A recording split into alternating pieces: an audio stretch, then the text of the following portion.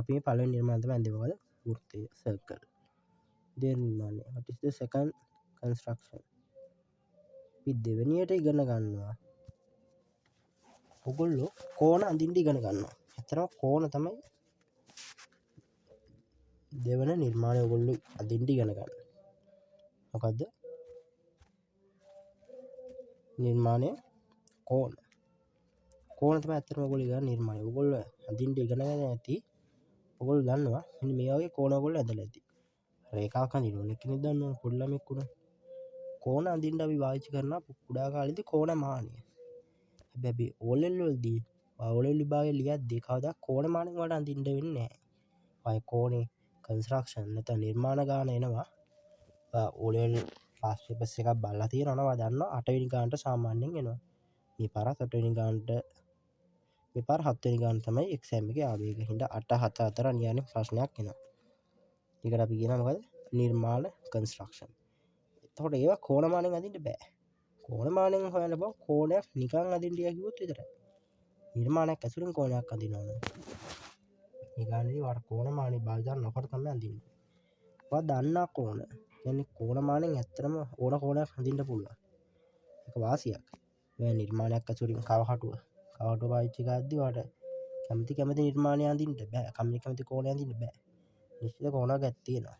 ප්‍රධාන වශයෙන් අපි කතා කරන කෝණ ටික තමයි මේක ගත්තොත් මේක 180 අඳින්න පුළුවන්. හරි. 180 කෝණයකින් කොහොමද ඕන එකට අඳින්න පුළුවන්. නිකම්ම සරල රේඛාවක්. නිකම්ම ලයින් සෙග්මන්ට්. ඊට පස්සේ මෙන්න මේ වගේ කවහටුව අරගෙන කවහටුව මෙන්න මේ ඒකෙන් ලක්ෂයෙන් කවහටුව තුඩ දාලා පැන්සලෙන් මෙහෙම අදින්න ඕනේ. පැන්සල ගෙනියන්න ඕනේ මේ විදිහට. එතකොට දැන් පොඩි කර්ව් එකක් ඡාපයක් හැදෙනවා.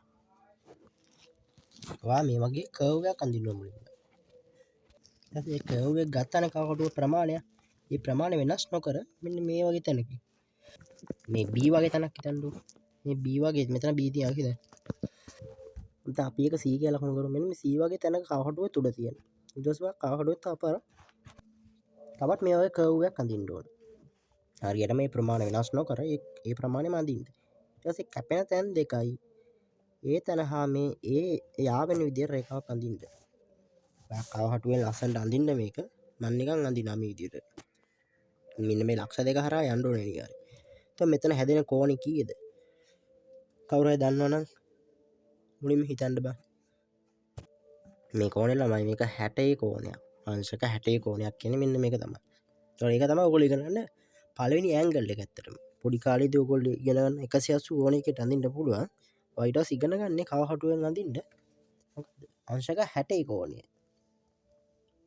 ඊට පස්සේ 60 ඇසුරින් 30 අඳින්නද කියලා දෙනවා. හැබැයි ඒකට අපි කතා කරමු නිර්මාණ දෙකයි තියෙන්නේ.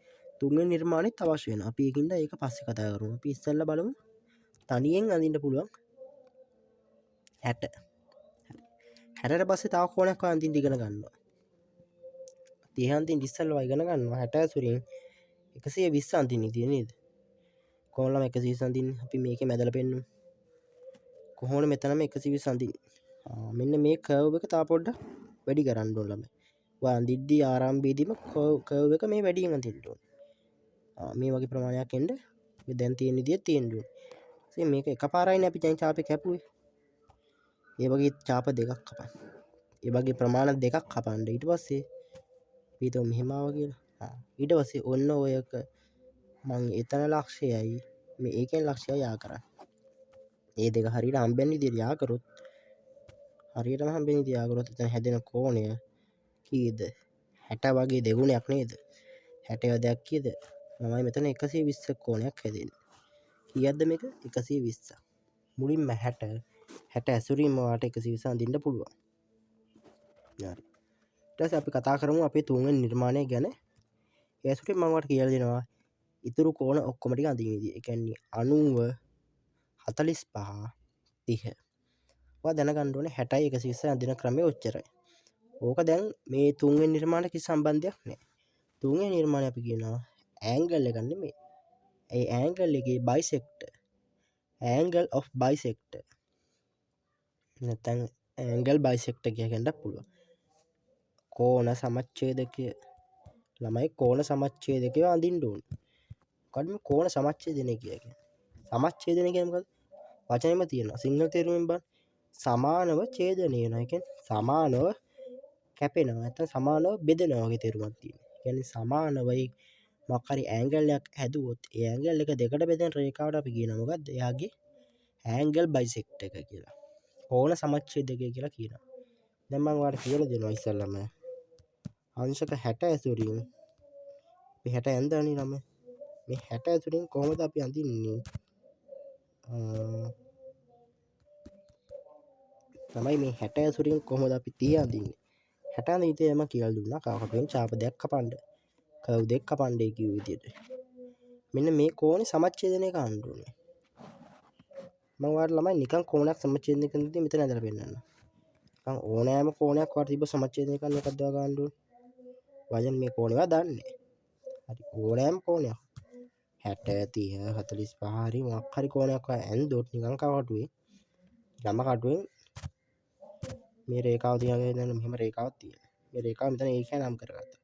මෙතන යන් ඔයා කැමති ඡාප දිගක් අරගෙන මෙහෙම කපනවා. මෙතන හැදෙනවා කිසියම් කෝණයක්. මේ කෝණය මේ ඇන්ගල් එක දෙකට බෙදන රේඛාව මොකද්ද?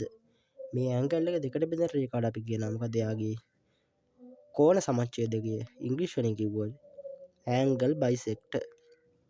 ඔයාලට ඕනෑම කෝණයකට ඇන්ගල් බයිසෙක්ට් එක අඳින්න පුළුවන්. අපි ගොඩක් නිර්මාණ ගැන කතා කරමු ඉතින් අපි ආපහු බලමු බලන්න අපි ඉගෙනගත්ත නිර්මාණ ටික. මුලින්ම අපි වෘත්තය ඇඳා. වෘත්ත කියන්නේ ළමයි නිකම්ම රේඩියස් එක අරගෙන කවකටුවට. ඔයා මෙහෙම හිතන්න මේ ලක්ෂයේ ඉඳන් කවකටුව තුඩ මෙතෙන් දෙන්න. ඊට පස්සේ ඔයා කැමති රේඩියස් එකක් රුලට අරගන්න. ඊට පස්සේ ඒකෙන් ඔයා කවකටුවේ මේ වගේ වටයක් යවන්න කවකටුවේ. එතකොට හැදෙන්නේ මොකද්ද? ඒක අපි කවකටුවෙන් ඇඳුත් හැදෙන්නේ මේ රේඩියස් එක 5 5 4 4 වගේ වෙන සර්කල් එකක් තමයි ඇඳෙන්නේ. හරි. ඊට අමතරව කියන්නේ ආයි රේඩියස් එක. ඉගෙන ගත්ත දෙවෙනියට කෝණයක්. මම කිව්වා ඇන්ගල්ස්. ඇන්ගල්ස් අඳින්න අපි කුඩා කාලේ ඉගෙන ගන්නේ මේ වගේ කෝණ මානෙන්නේ. ඔව්. කෝණ මානෙන් තමයි ඉගෙන ගත්තේ. කෝණ මානෙන් වලට කැමති කෝණයක් අඳින්න පුළුවන්. හැබැයි ඔය එක්සෑම් එකේදී කෝණ මානෙන් අඳින්න බෑ කිසිම කෝණයක්. මම මේ කියන්නේ කන්ස්ට්‍රක්ෂන්ස් ගානකට. කන්ස්ට්‍රක්ෂන් ගානක් කෝණ මානෙන් ඇඳලා ලකුණු දෙන්නේ නැහැ. දැන් මේ පාඩමේ ලොකුම දේ තියෙන්නේ අපි මේ කෝණ ටික අඳින විදිහ ඉගෙන ගන්න එක. දැන් මම 60 අඳින විදිහ කියලා දුන්නා. 60 ඇසුරින් කොහොමද ළමයි 120 අඳින්න කියලා දුන්නා නේ ඔයගොල්ලන්ට. මතකයිද? මේ 120 ඇඳලානේ. මේ 60 මේ 120 ලස්සනට ඇඳුත් ඒක කවටුවෙන් ඔයගොල්ලෝ බලන්න ඇඳලා බලන්න දැන් උනා. 60 120. හැබැයි ඊට පස්සේ දින කෝණ අඳින්න මෙන්න මේ කෝණ සමච්ඡේදක නැත්තම් ඇන්ගල් බයිසෙක්ට්. ඇන්ගල් බයිසෙක්ට්. මේක ඇන්ගල් එකේ සමච්ඡේදනය. ඒකින් අපි කියන ඇන්ගල් බයිසෙක්ට්. ඇන්ගල් බයිසෙක්ට් එක අඳින්න ඕනේ. කියන්නේ ඒක අඳින්න ඉඳි තමයි දැන් මම කියලා දෙන්න යන්නේ. ළමයි ඔයගොල්ලෝ මෙන්න මේ ඒකෙන් තැන් ලකුණු කරගන්න හරියට. දැන් මේ කැපෙන් තැන් දෙයක් තියන්න. මේක BC කියලා ලකුණු කරා. මෙතන B මෙතන C. ඔයා මුලින් B වලින් කවකටුව තුඩ තියන්න. කවකටුව අරගෙන කවකටුවෙන් කවකටුවේ යකඩ තුඩ එතනින් තියන්න. ඊට පස්සේ ඔයා කවකටුවට ඕන දිගක් ඔයා කරගන්න. ඔයා කැමති දිගක් අරගන්න කවකටුවට. ඒ කියන්නේ ඔයා කැමති දිගක් අරගෙන දැන් මෙතන ඇඳ දිගම අවශ්‍ය නැහැ. ඒක වෙනස් කරාට කමක් නැහැ. ඒ වගේ අරන් ඔයා මෙන්න මේ වගේ කර්ව් එකක් අඳින්න. පොඩි චාපයක් අඳින්න. ඊට පස්සේ ඔයා C වලින් කවකටුව තුඩ තියන්න. කවකටුවේ යකඩ තුඩ තියලා පැන්සලෙන් මෙතනට අඳින්න චාපයක්. කවකටුව පැන්සලත් එකතු වෙලා අඳින්න. එතකොට ඔයා ඇඳාම මේ වගේ ඇඳෙනවා කර්ව් එක. ඊට පස්සේ මේ දෙක හරියටම මේ තැන් දෙක හම්බෙන මේ කර්ව් දෙකම හම්බෙන තැන මේ A කියන තැනත් එක්ක යා කරන්න. එතකොට මේ හැදෙන්න ළමයි මේ ඇන්ගල් එක 60 නම් මේ දෙන්නම් 30 30 වගේ ඇන්ගල්ස් හැදෙනවා. ඒ කියන්නේ මේ තියෙන කෝණේ සමච්ඡේදනය වෙනවා. දෙකට බෙදෙනවා. ඔයා ඇන්දේ 90 නම් මෙතන 90ක් නෙමෙයිනේ. ඔයා හිතන්න ඔයා ඇන්දේ 40 කියලා. මේක එනම් 20 20 වෙනවා. මම මෙතන 60 වගේ තියලා ඇන්දේ. ඇත්තටම මම මෙතන 60 වගේ තියලා ඇන්දේ. එතකොට 30 30 වගේ දෙකට බෙදෙනවා. හරි. දැන් ළමයි කොහොමද? ඔන්න දැන් මම ඔයාලට 30 අඳින විදිය කියලා දෙනවා හරියටම. බලන්න ඔයා. මුලින්ම ඉරක් අඳින්න සෙන්ටිමීටර් 5ක වගේ කැමති දිග ප්‍රමාණයක් කමන්න අඳින්න. මෙහෙම අඳින්න. ඊට පස්සේ එක තැනක් A කියලා ලකුණු ගන්න. ඊට පස්සේ A වල කකුඩු තුල තියලා මේ මෙන්න මෙහෙම කැපෙන විදිහේ ඡාපයක් අඳින්න. ඒ කියන්නේ මෙතනින් තමයි පටන් ගන්න ඕනේ. වෙන කොහෙන්වත් පටන් ගන්න බෑ. මුලින් මෙන්න මේ රේඛාව කැපෙන තැන ඉඳන් පොඩ්ඩක් වැඩිපුර තියලා කමන්නේ මෙන්න මේ වගේ අඳින්න. දැන් ඇඳල් තියෙන අඳින්න. ඊට පස්සේ මෙතන ඔයා B කියලා ලකුණු ගන්න රේඛාව හම්බෙච්ච තැන මේ කැපිච්ච තැන. ඊට පස්සේ එතනින් කකුඩු තුල ආවපාරක් තියලා දිග වෙනස් නොකර ළමයි තවත් කර්ව් එකක් අඳින්න. ඒ දිග වෙනස් කරන්න එපා. අන්න 60 අඳිදී මත තියාගන්න. කවකටුවේ ඔයා ගන්න ප්‍රමාණය වෙනස් කරන්න බෑ කිසිම වෙලාවක. ඊට පස්සේ එහෙම තවත් කර්ව් එකක් එකපාරක් අඳින්න B වල කකුඩු තුල තියලා කර්ව් එකක් අඳින්න මේ විදිහට. ඊට පස්සේ මේ හම්බෙන තැන C ගණන් ලකුණු කරගන්නවා. ඊට පස්සේ මේ AC යා කරා. AC හරියට යා කරොත් ඔයාලා මෙතන හැදෙන කෝණේ ළමයි 60. 60 මං කියලා දුන්නා. දැන් කොහොමද 60 30 දෙන්නේ? 30 කියන්නේ මොකද? 60 සමච්ඡේදනයනේ. 60 බයිසෙක්ට් එක. 60 කියන angle of bisector. අනිත් 60 angle එකේ bisector එක තමයි අපි අඳින්නේ. කොහොමද ගන්න? මේ B කියන තැන කවුඩු තුල තියලා කවුඩුවේ අන්න ප්‍රමාණය වෙනස් කරන්න වඩා හැකියාව තියෙනවා. මම ඉස්සෙල්ලා කියන කවුඩුවේ ප්‍රමාණය වෙනස් කරන්න එපා කියලා. දේවා කැමති ටිකක් වැඩි කරගන්න. ඊට පස්සේ මෙහෙම B වල කවුඩු තුල තියලා මෙහෙම චාපයක් ගන්න පැන්සලෙන්. C වල කවුඩු තුල තියලා ආව පාරක් ඒ පැත්තටම ඒක හම්බෙන විදිහට චාපයක් අඳින්න. මේ හම්බෙන්නේ නැතුව මෙහෙන් අඳින්න යන්න එපා. කොහොමද දුර වෙනස් කරන්න බෑ එතකොට. දැන් ගත්ත දුර ආව වෙනස් කරන්න බෑ. මේක ඇඳ දුරින්ම තමයි මේකත් අඳින්න ඕනේ. ඒක වෙනස් කරන්නයි තියන්නේ. තේරෙනවනේ?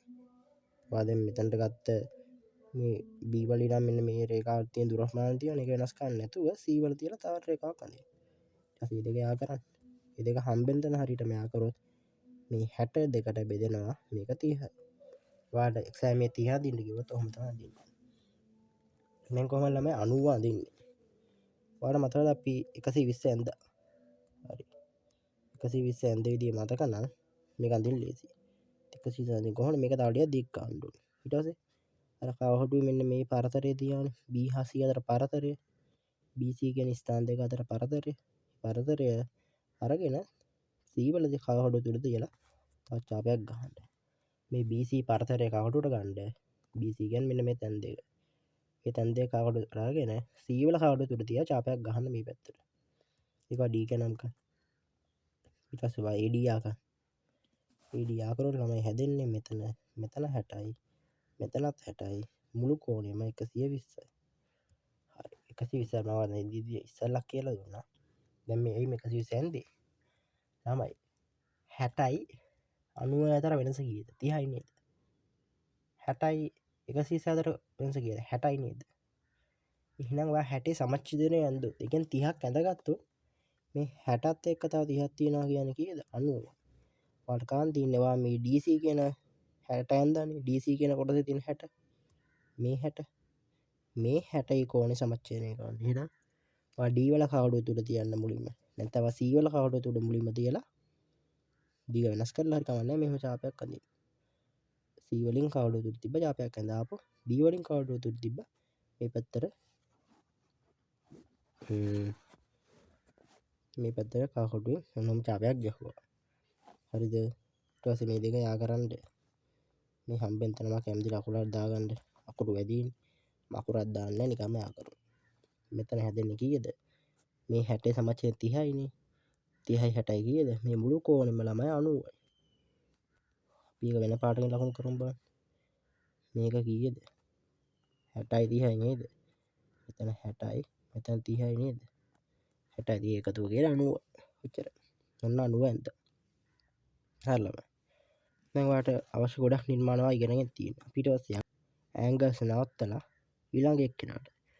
ඒ කියන්නේ angle of bisect එක ඉවරයි දැන් අපි. කෝණ සමච්ඡේදක ඉවරයි. දැන් අපි ලම්බ සමච්ඡේදක. ඒ කියන්නේ රේඛාවක් දෙකට බෙදෙන තැන. රේඛාවක්. මේ ඉස්සලා කෝණයන්නේ දෙකට බෙදුවේ. දැන් අපි රේඛාවක්. දැන් ලයින් සෙග්මන්ට් එක. ලයින් සෙග්මන්ට් එකේ බයිසෙක්ට් එක අඳින්න යන්නේ. ඒ කියන්නේ රේඛාවක සමච්ඡේදකේ නැත්තම් අපි කියලා සිග්නලෙන් ලම්බ සමච්ඡේදකේ. හරි line segment bisect of line segment ඕකේ ඒ රේඛාවේ ලම්බ සමච්ඡේදක අඳින බලන්න මම අදලා පෙන්නන්න මෙන්න 60 අඳින විදිය කැමති ඉන්නවනම් මේක ආව පාරක් හදලා බලන්න මුලින්ම 60ක් සෝරි 120 අඳින විදිය 60 60 ඒවා දෙකක් අඳින්න තව 45 අපි 45 ඉගෙනුවේ නෑ නේ මේකයි ඔයාලට 90 අඳින්න මම තව ලේසි ක්‍රමයක් කියලා දෙන්න අපි තව හොලයකට මෙන්න 90 අඳින විදිය තව ලේසිම ක්‍රමයක් 120 නැතුව ළමයි මෙහෙම අඳින්න පුළුවන් ඔයාලට එක ඔයා මෙතන ඒ ගියා හිතන්න මේ ඒ වල ඉන මෙන්න මෙහෙම කවකටුවේ ඡාපයක් අඳින්න කවකටුව ඒ මත තියලා මෙහෙම පොඩි අර්ධ වෘත්තයක් වගේ අඳින්න ඊට පස්සේ මෙතන C කියලා ලකුණු ගන්න මෙතන B මෙතන C කියලා ලකුණු කරගන්න B වලින් කවකටුව තුඩ තිබ්බා ඡාප දෙක වෙනස් කරගන්න මේ දිග මදි ඔය දිග ප්‍රමාණය වෙනස් කරලා B වල කවකටුව තුඩ තිබ්බා මෙහෙම ඡාපයක් කපන්න B වල කවකටුවේ යකඩ තුඩ තියන්න මේ මෙන්න මේ පරතරයට වඩා වැඩි වෙන්න ඕන අනිවාර්යයෙන් එහෙම කරලා මෙහෙම රේඛාවක් අඳින්න ඒ දුරින් ඔයා ගත්ත ඒ දුර වෙනස් කරන්න එපා ඊට පස්සේ C වලින් ආපහු කවකටුව තුඩ තිබ්බා ඒ දුර වෙනස් නොකර ආපහු තව ඡාපයක් කැපුවා දැන් මොකක්ද දෙන්නේ 180 සමච්ඡේදනය කීයද ළමයි 180 දෙකට බෙදුවොත් කීයද 90යි නේද එහෙනම් ඔන්න ලේසිම ක්‍රමය 90 අඳින්න ඔයාලට එකපාරක් 90 අඳින්න කිව්වොත් මෙහෙම අඳින්න හැබැයි 60 ඇසුරේ 120 ඇසුරෙන් අඳින්න කිව්වොත් අර විදියට අඳින්නම ඕන මතක හිටින්ද 60 ඒවා දෙකක් ඇඳලා මේ දෙවන 60 දෙපාරක් දෙවෙනි පාර ඇඳ 60 සමච්ඡේදනය කරන්න එතකොටත් හැදෙන්නේ 90 60 තියනවා හින්දා නැත්නම් 180 අර දෙකට බෙදුවම කීයද තමයි ඒත් 90යි හරිනේ 180 90 ආයදුවා දැන් මම තව වැඩක් කරනවා 90 දෙකට බෙදුවොත් කීයද එන්නේ ළමයි මේ වෘත්තයක් කියන්නේ කීයද 360යි නේද වෘත්තෙන් භාගයක් කියන්නේ කීයද අර්ධ වෘත්තය 180යි නේද හරියට දුන්නේ මෙහෙම අඳිමුකෝ අපි දැන්ට ලාවට ඊට පස්සේ මේක තව වාරයක් දෙකට බෙදුවොත් අඩු වැඩිද දැන් හතරට බෙදලා තව පාරක් බෙදුවම මොකද වෙන්නේ 45 ගාන වෙනවා නේද එක කොටසක් මේ කොටස 45යි ඒ කියන්නේ මොකද 90 දෙකට බෙදන් තියෙන්නේ 90 දෙකට බෙදුවොත් කීයද 45යි ඔයා නියර මත තියන්න මේක මුළු කෝණේ 360යි අර්ධ වෘත්තය කීයද මේක 180යි 180 දෙකට බෙදුවොත් මේ වගේ රේඛාවක් අඳුර මේක කෝණයක් 90ක් වෙනවා මේ 90 තව දෙකට බෙදුවොත් කීයද 45යි මෙන්න මේක තමයි වට අඳින්න තියෙන්නේ ඉතින් ඔයා මේ තැනව ලකුණු කරන් D කියලා ඔයා B වලින් කවුරු තුඩ තියලා කැමති දෙයක් කරගන්න ඡාපයක් කපන්න B වලින් කවුරු තුඩ තිබ්බා කැමති ඡාපයක් අඳින්න කැමති තරම් දිගක් කරලා ඡාපයක් අඳින්න D වලින් කවුරු තුඩ තිබ්බා එහෙම තවත් ඡාපයක් අඳින්න සෝල් ළමයි හරි D වලින් කවුරු තිබ්බා එහෙම ඡාපයක් අඳින්න ඊට පස්සේ දෙක යා කරොත් මොකක්ද වෙන්නේ 90 දෙකට බෙදෙනවා 90 bisect angle of bisector 90 එකක් කීයද 45 ගන්න ඔන්න 45 අඳින ක්‍රමයක් කියලා දුන්නා දැන් අන්තිමට ඉතුරු යා තියෙන්නේ මොකද්ද